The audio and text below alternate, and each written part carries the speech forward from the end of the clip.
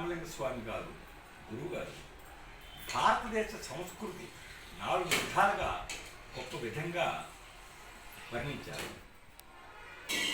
సంస్కృతి ముఖ్యం అని వర్ణించారు. ఆ పద్యం నేర్చుకున్నావు కదా, వచ్చారమ్మా? ఇది చెప్పు.